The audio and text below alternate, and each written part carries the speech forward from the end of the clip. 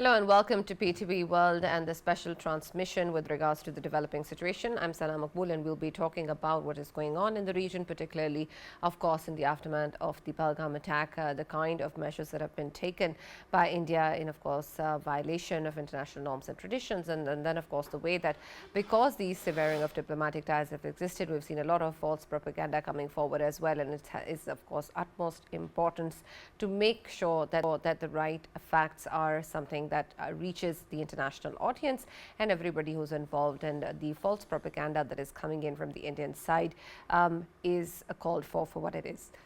Excuse me. So when we talk about a lot of the discussions around what it is that is coming out of India, while of course there is a lot of evidence claiming what has gone wrong with the way that these messages have been put forward by India, with the way that fake news is being put forward, fake videos are being put forward.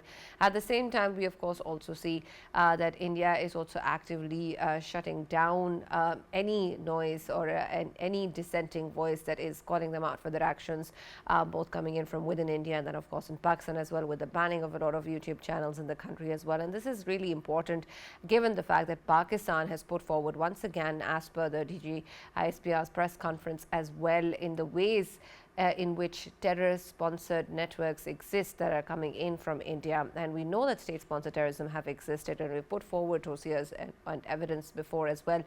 But in just the recent past, we have seen that a number of such activities and networks were discovered, and this is something that has been put forward for the national and international media in the press conference earlier today, talking about how even serving officers of the Indian Army are involved in these particular networks that have actively operated inside Pakistan, and this is something that is impacting regional peace and of course points towards the kind of involvement that exists coming in from India and terrorist networks, and of course with the support of the government. So we're going to be taking a look at what that means in particular with reference to the current situation, and then the ways that this has been falsely put forward without any evidence to Pakistan, and how is it that that is being taken both by the people of India and then of course in the ways that international audiences are also looking at the situation. And then, of course, what does that mean in terms of the potential ways in which this can actually escalate, and how is it that now this situation is going to be developing moving forward? That is going to be our focus in the debate today.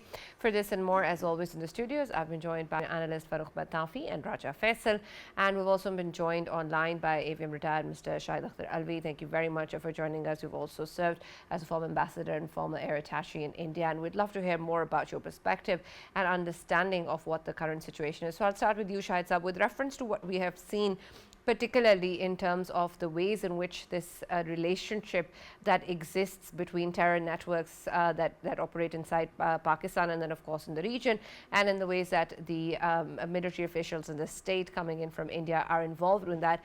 I want your understanding and the perspective of how exactly are we going to be putting this forward for the consumption of international media, given the fact that we've already done this many times before, provided evidence of these terrorist networks that exist, this terror financing that exists. And then, of course, given the current situation, how is this going to factor in the ways that we want to look at this both bilaterally and in the region? Yes, thank you very much for having me on this show.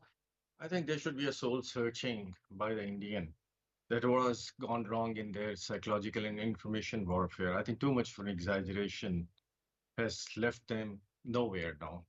Now, as a former military officer, I mean, it does not surprise me to hear what DG ISPR is saying. We have been seeing these things in the past few decades. The only difference is that initially the intelligence agency of India, it used to get engaged in this acquisition of information, in terms of your manpower, your equipment, and things like that. But they got a new lease of life, I think more so after Babri Masjid incident, which was a landmark event in that sense. And then in the BJP tenures, we find that they get a new lease of life. If I just take you back, it 2002, in Gujarat, 2,000 people, Muslims, were burned alive. And then the Malagaon incident, bombing in Muslims in 2006, then Makki Masjid, and then Ajmer Sharif Dargah. And then on top of that, in 2007, Samjhota Express, in which 68 Pakistanis were burned alive. And in that, they found, now I'm bringing this link back, and in that, they found that Colonel Prohit was involved. And who found that? Indian National Intelligence Agencies. And they found that he got the RDX from the Indian military weapon depot. Now, who provided this uh, RDX to a serving colonel? And then there were three more people. And initially, they again blamed LET on that. I was there in those days, so I know the whole picture. But they were forced because the evidence were coming out. And when national intelligence agencies, they charged them, and they specifically mentioned that it's religious Hindutva-based terrorist activity. So, and then we see that it's not only Pakistan who is saying that. Now, the Canada, UK, USA, they are speaking the same voice. And 7 Indians, they were caught in Qatar for espionage and they were given death penalty. And I believe they were also part of the Navy. And more than that, we have a serving naval officer in the form of Kulbhushan Yadav. We gave this evidence to the United Nations earlier, also in the form of the folder. And now I think enough is enough. We have such a solid proofs, like you just mentioned, that are we going to present? Of course, I'm sure authorities are in the process of doing that. But more than that, everybody has heard. The whole world knows, and we have seen that Indians have miserably failed in their psychological or information warfare, which they thought that they will win. Right, but Alvi Sahab, I also want your understanding in terms of how we can actually move forward with this message being consumed in the most effective way possible. While, of course, this evidence exists, Pakistan, as you said, has, of course, provided this previously as well. We have it now, and there is tons of data available in terms of state-sponsored terrorism that exists and the terror networks that are operating and being run from within India. But what does that entail in terms of actual action that we can expect? Okay, we'll present it in international platforms. We've done it before. But what value will it add? What impact will it create for a country that we've seen has gone away with a lot of actions without any consequence? I think like your question is that what impact it will make, it has already started to making an impact in a way that in the world is not, listening to India. I mean, we have seen the response they are getting from the different capitals. And why I think this is the time, seeing this false flag operation, the earlier folders that we have submitted, I'm sure they are striking somewhere the chord. So this is, and there are a number of diplomatic steps. I can, keep on talking about that, but I'm sure all our diplomats around the world know they are more active in presenting these evidences, and everybody has those kind of evidences. So that's one platform. Then media is the most powerful platform which will convey this message to all over the world. And I think you people are doing an excellent job in this aspect. And so I think these are some of the steps that I can think of which will create an impact. Or we don't want to create an impact, we just want to present a truth. And most importantly, when Pakistan has said time and again that please carry out investigation and get the neutral umpire who should do that. So what else a country can say? So I think this is a very, very solid proposal which Pakistan has presented. And so far, India is not responding on that. Right. Faisal, I'd like your perspective on this, given we've heard what the press conference by the DGSPR was about, and we've seen that such evidence has existed in the past as well. But given the kind of current build-up and the current scenario and in the ways that we've seen the situation developing in, what is it in terms of the actions that Pakistan can potentially take with regards to the ways in which we have proof of involvement of Indian serving officers of the Indian state with these networks and its financing? How is it that this can actually play its own part in countering the narrative that is coming in from India? We talked just yesterday about how much of this false propaganda is causing the kind of hate-mongering reactions that perhaps that they're there for. Will this be able to counter all of that? Yes, of course it will. And first of all, Sana, let me hail military intelligence, let me hail ISI, both of them, they have done excellent work. Of course, they are doing it all the time, but this time around, of course, today's, DGISPR Ahmed Sharif Chaudhry's statement and the kind of, probe it was shown to the whole world. Of course, there was international media as well, and with the proofs, all of the proofs are available as well. After this, I don't think India should be coming up with more of their lies as they have been doing since last week. I mean, what's the resolve? How we can present it to the Western countries and to the rest of the world? I think this is the time that our Foreign Office, they need to, of course, arrange some kind of a briefing for all of the diplomats. I know last week India did so, but they could not give any of the proofs on the table of involvement of Pakistan in Palgram issue. Why? Because they hadn't had any proofs, because Pakistan is not involved at all. And that's why the diplomats out there, they simply ignored it, because even they could say it that there is no proof and it's just the mere allegations. Here Pakistan is having all of the proofs, and what I'm expecting is maybe tomorrow or day after tomorrow we might see that one of the briefings of the diplomats of all of the important countries of the world.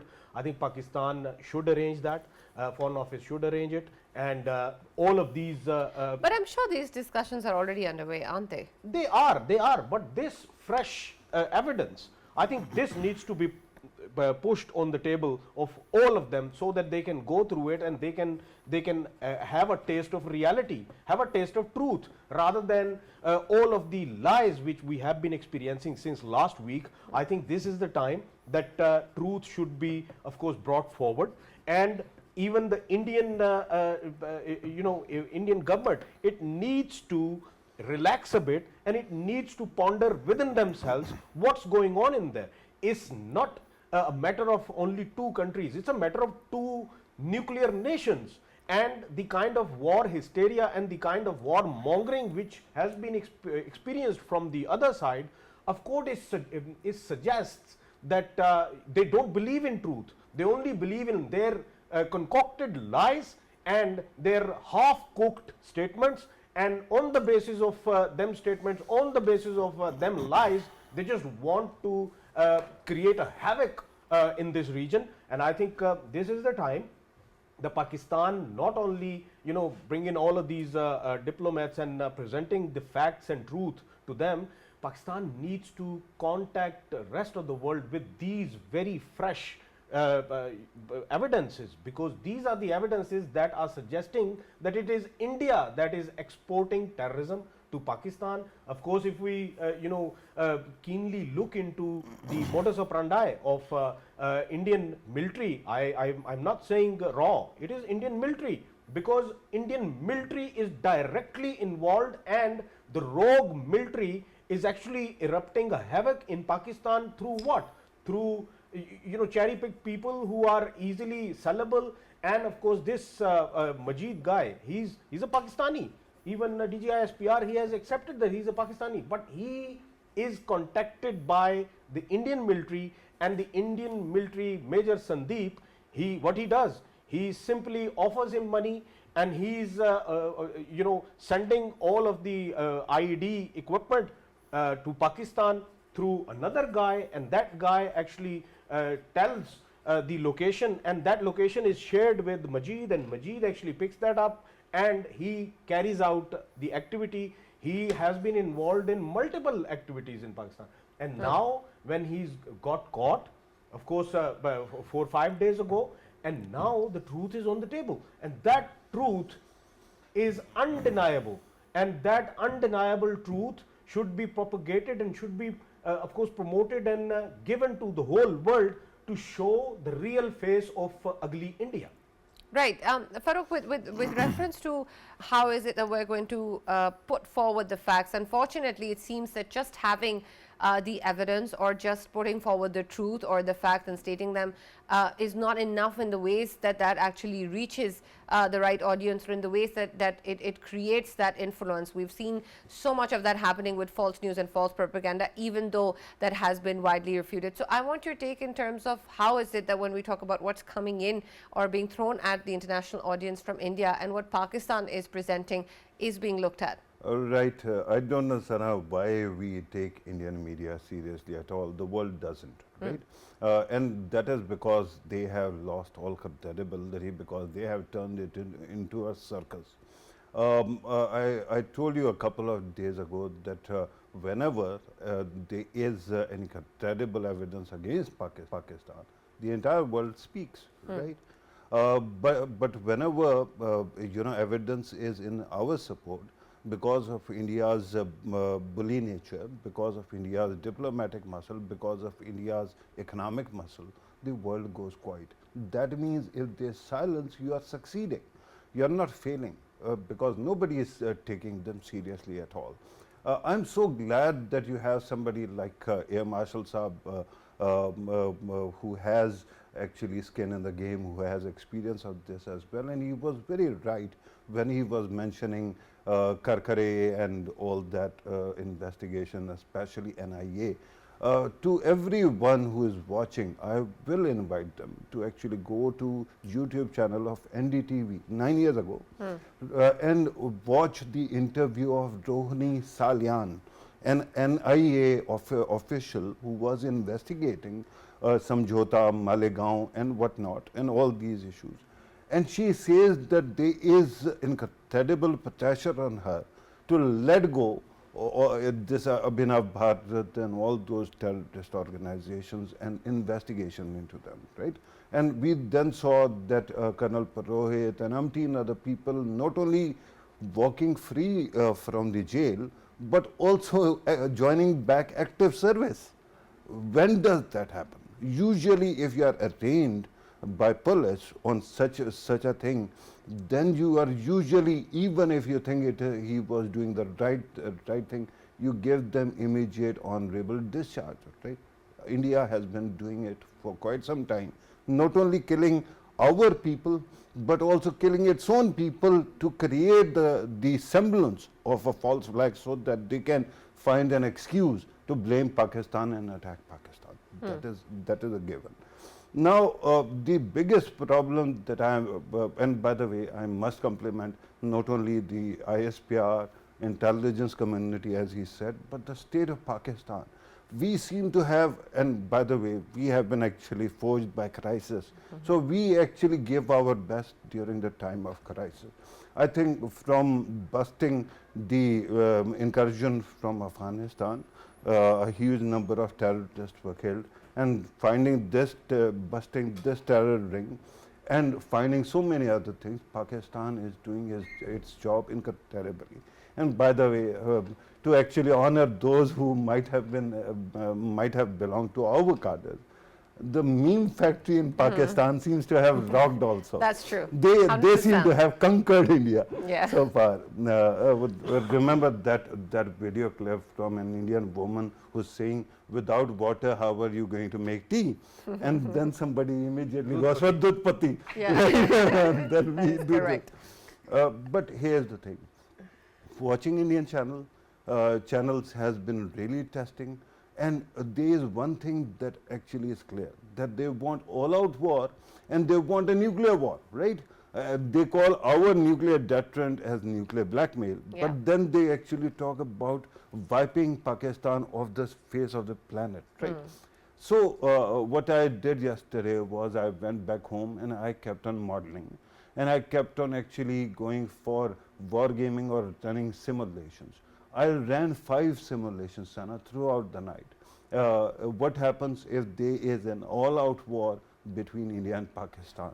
And the scenario, the one that I picked to share with you, actually I used the data and all the inputs from and academics will appreciate that. 2019 Thun-Robach model, and then we scaled it up, right? I scaled it up. And after running that, and the scenario is India tries to go for some kind of surgical strike, Pakistan retaliates. But then there is something that forces India to launch an incursion into Kashmir.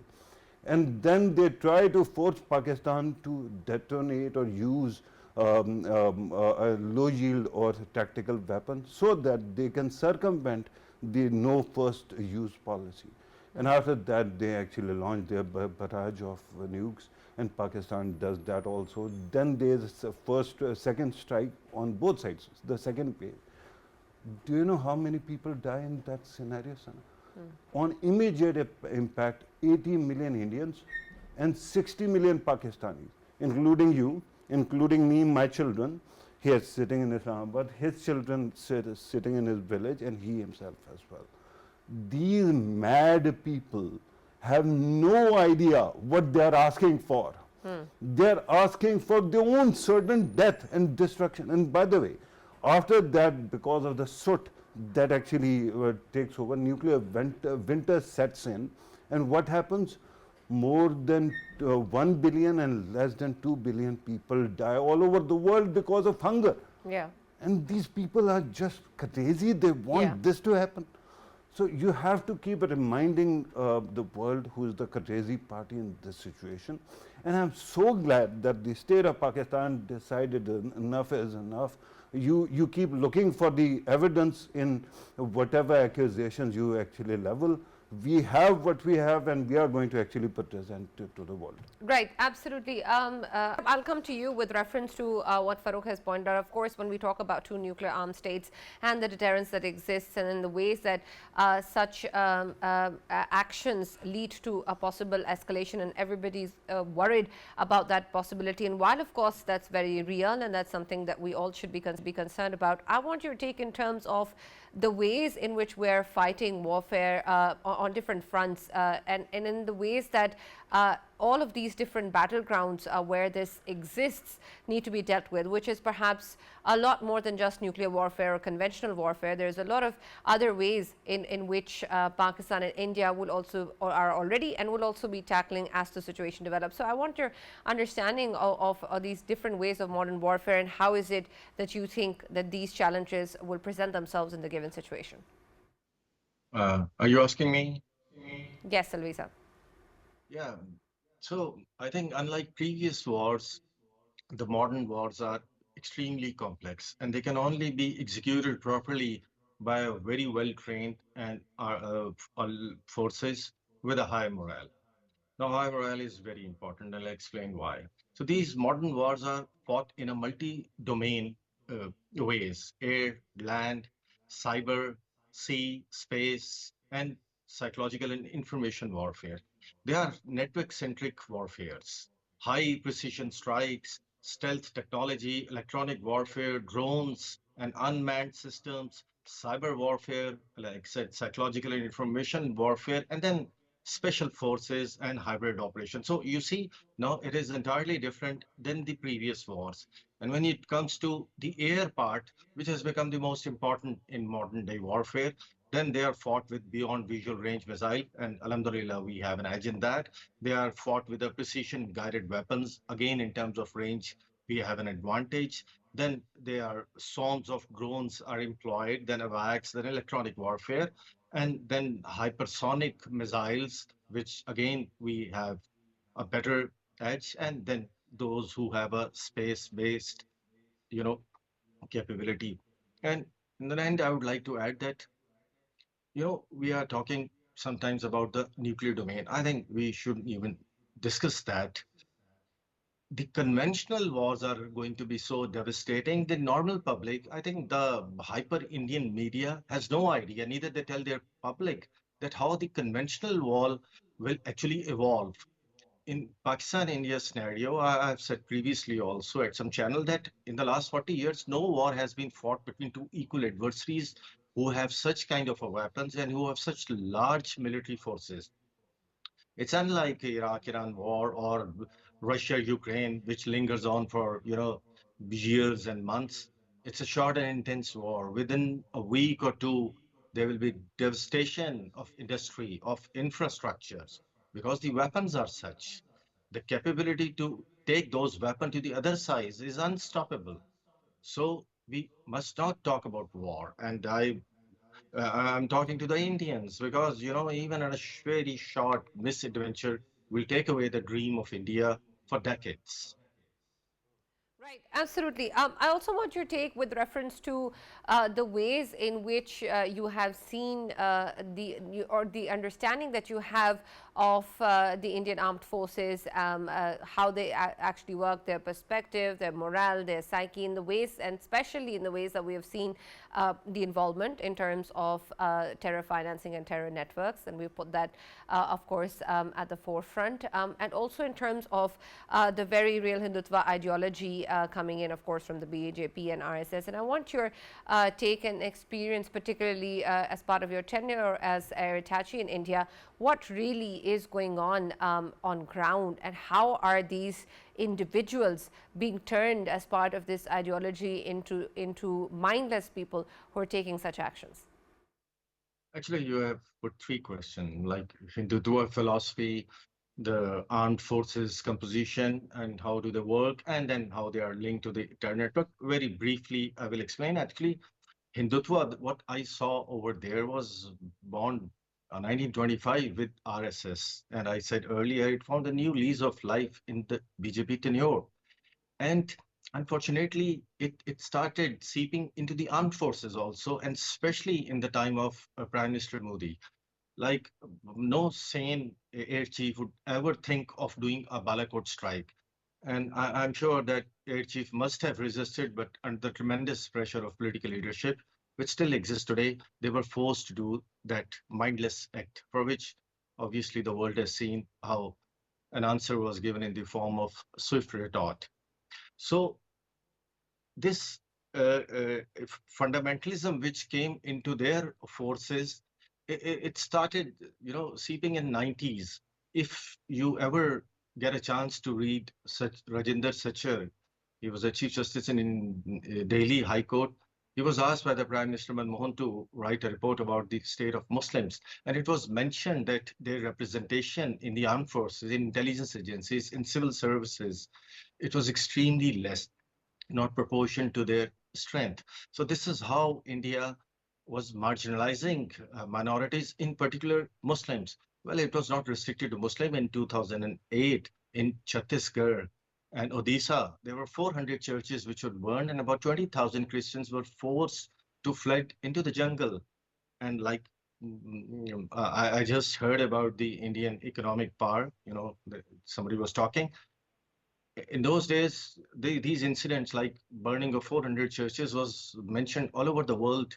But I saw that one of the most important network, Western, who was based in India, they didn't publish a single story on this. So I asked them, what's the reason? And they told me that they were told by, their higher ups that do not paint India in a bad light. So, this is the real world, and this is how those things are played. But now, with positive proofs that DG ISPR has presented, and with the fact that we have Kulbhushan Yadav with us, so we can always interlink these things, and not only we, the whole world will interlink. I think those proofs will become substantial for the people to see that. Absolutely. Faisal, you wanted to add something to that?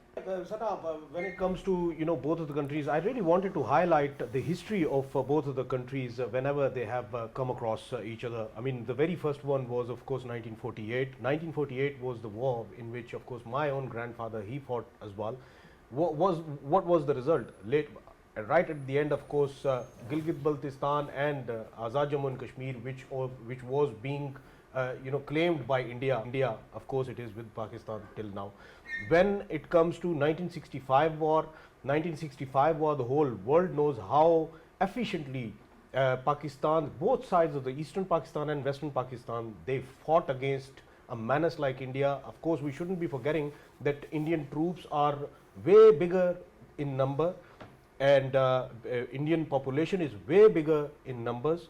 Indian area is way bigger in area as well. But still, in 1965, of course, Pakistan not only defended itself, but gave a bloody nose to India. When it comes to 1971 war, of course, it is a known fact that the only edge Indians had was that there were, of course, internal troubles Pakistan was facing. There were political troubles. There were, of course, few corners of Pakistan, they were not, of course, aligned well. And that was the edge India had, and they utilized that edge. And it is more, in military terms, it is considered as a nasty war plan, in which, of course, you use the country's divides for your own favors, and that's how they played in 1971. But still, Bangladesh became a country, and it's a brotherly country to Pakistan now, and Pakistan is where Pakistan was, still Pakistan is there, and nobody can, of course, say that Pakistan lost any land in that war. When it comes to skirmishes like Kargil war or Siachen war, of course, the whole world knows that point 5353, which is the highest point at Kargil, it's still with Pakistan. Even the Indian, Indian war analysts, even they highlight it, and they say that Pakistan is still having an upper hand in terms of still having point 5353 in their hands. The latest war, I mean, since 1971, Pakistan and India, they were not head on fully in a war. And there was not a single time in which somebody could say that both of the countries, they are, of course, fighting a war, a proper war. Since 1971, it didn't take place. When it comes to February 2019, we all know how beautifully our Air Force and the armed forces, they replied India.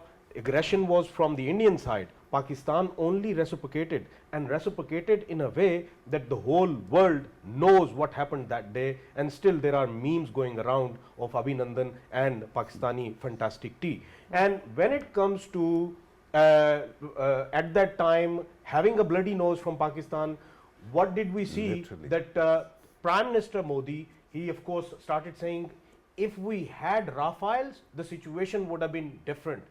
Well, now you have Rafales. You have Rafales, and you have the other equipments you are boasting about, S-400 and all of that, that you have them. Well, here comes Pakistan. Pakistan wasn't sitting quiet. Pakistan wasn't sitting idle since then. Of course, Pakistan has achieved PL-15, has achieved J-10Cs, and then when we talk about modifications of JF-17s, of course Pakistan has successfully done that, in which of course we can carry PL-15 with that. And AMRAAMs, last time around, if we had AMRAAMs, of course we have PL-15 this time around, and India is worried about it, and India knows. Right. And when it comes to war preparations, well, since 1971, India was never ever prepared. Why I say this? Reason being, all of their existing officers, they are the ones who were trained not in war times, they were trained in peace times. They don't know what war is.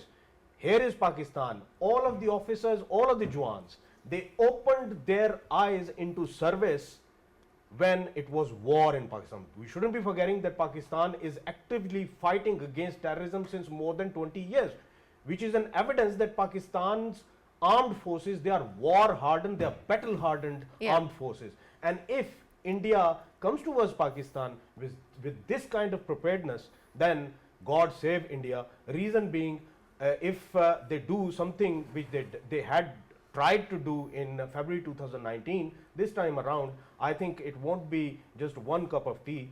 Maybe it would be a series of cups of teas.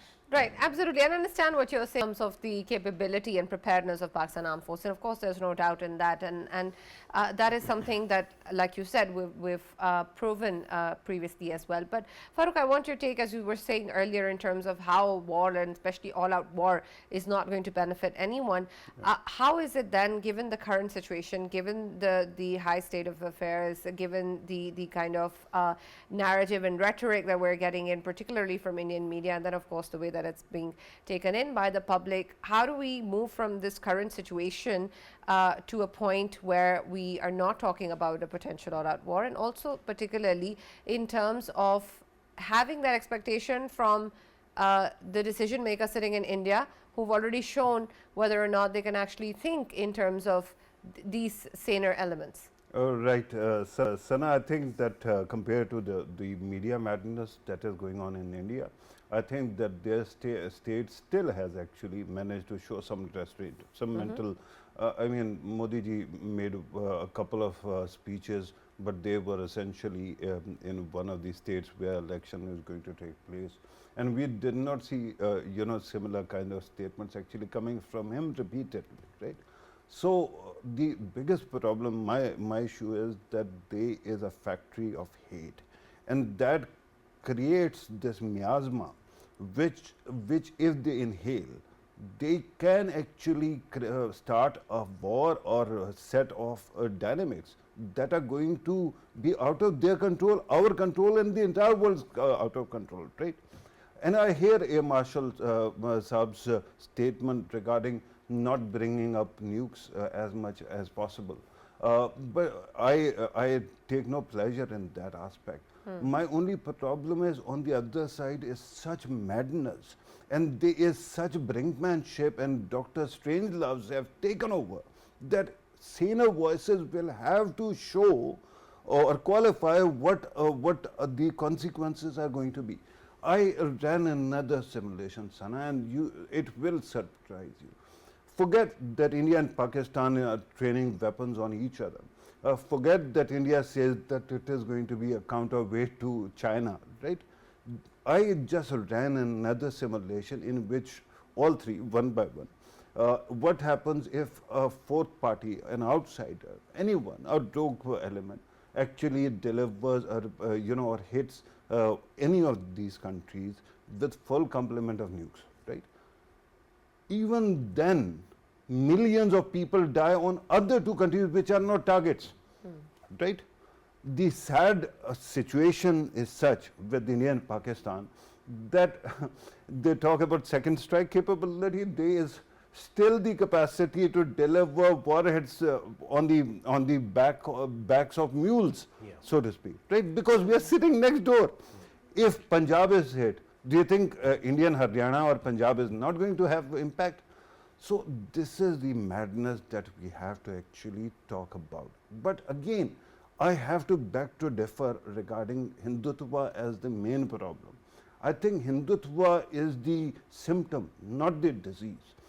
The actual disease, Sana, is not even, remember that India's current architecture was not actually developed by Hindutva, firebrands. It was done by India's A, founding fathers, B, essentially the elite.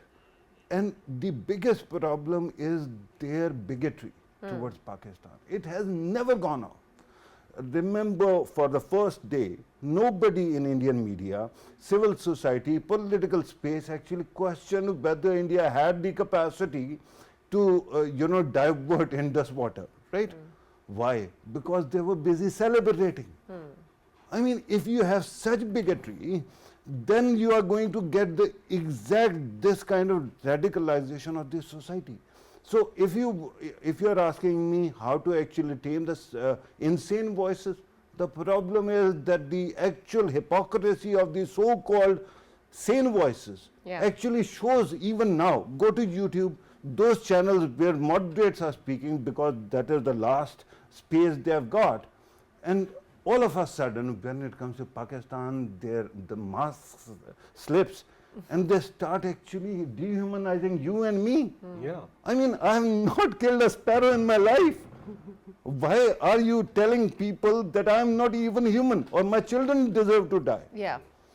This kind of hatred, when it is in any country, that country cannot be easily saved.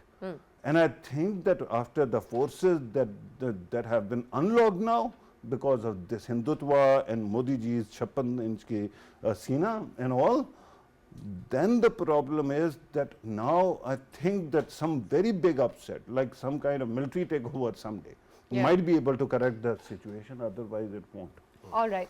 Let us also get Shahid Saab's input on this. And I want your take, particularly, Shahid Saab, with reference to, while of course India is going to do whatever it decides, and we have seen previously also whatever elements exist, and especially the decision makers and the BJP government, of course, as we were talking, and the ideology that they put forward, there is, of course, a need to understand the current situation. Pakistan has exercised a lot of restraint, a lot of responsibility, and has only taken reciprocal actions. But where do you see us moving on from here, and what sort of ways forward should Pakistan be keeping in mind? Of course, our military or armed forces personnel are prepared, and we're ready to meet any untoward incident or any threat to Pakistan's sovereignty. That is there. But given the current scenario, what are the right steps for Pakistan moving on? Okay, I'll give you on both the perspective, military domain as well as what should be done between the two countries, when you look at the future. In the military domain, India has no reason to do any kind of an incursion on international border. It has no logic, no rational, and there are no evidence. And the incident is also not such of massive scale. So again, they can do a misadventure on the LOC, right? For which obviously our armed forces are prepared. So that's where a beginning or a misadventure can take place. And now coming to just a short comment on what we were talking about, this hate factory. Well, what I saw in my tenure, 3.5 years in India, is that this Pakistan problem in India is restricted mostly to northwest and southwest of India. South has nothing to do with Pakistan. They have never shown any animosity, and those seven sisters that we call eastern states, they have much less to do even with India. And even within India, it was more of a foreign office, which was anti-Pakistan, and a couple of politicians who controlled the media. The general public was confused which side to go. So that's how, these things develop. And armed forces, well, I must say they were fair with me, but I think this is an ethical code between all the armed forces in the world, and that's how they treat each other. So this was just a reference to the hate part that we mentioned. Now, coming towards the future, I would say, now coming from a military man, this thing might surprise you that we have to see both the countries. We are fighting with diseases, with poverty, with unemployment, with the climate change. So how our issues would be resolved? India must think that we have to create an environment where we should move forward. And what is that environment? We started composite dialogue in 2007-8, and we were moving forward on that. We have to move on that. We have to start people to people, the trade and everything, the tourism, the media contacts with each other. And when that environment is created, then we can talk about our very chronic issues. You can't have a brickmanship and then you say that, okay, let's resolve Kashmir, Sir Creek, Sachin, and all that. No, when the atmosphere is, right, then we can talk about those issues, and that's how the two countries should live. So that's why I would say Indian media that instead of promoting these things, and by the way, Pakistan media often does that. There is a strange between the two, the difference, between the two countries, how media treat each other. Well, Pakistan media is no channel is allowed since 1999. It's been 26 years. Well, we used to see a lot of Indian movies and Saas Bahu dramas and all that. So there's a difference how the two people, the two countries react to each other. And lastly, you have seen how the memes are created in Pakistan, which shows a relatively relaxed mind and having a trust on their armed forces that they will deliver. Right, absolutely. And that, of course, exists. Thank you very much, Shaiza, for joining us and being of the discussion today. Thank you, Faisal and Farouk. But we'll be continuing with another hour on this after the headlines. And, of course, we'll be back taking a look at the current situation. Stay tuned.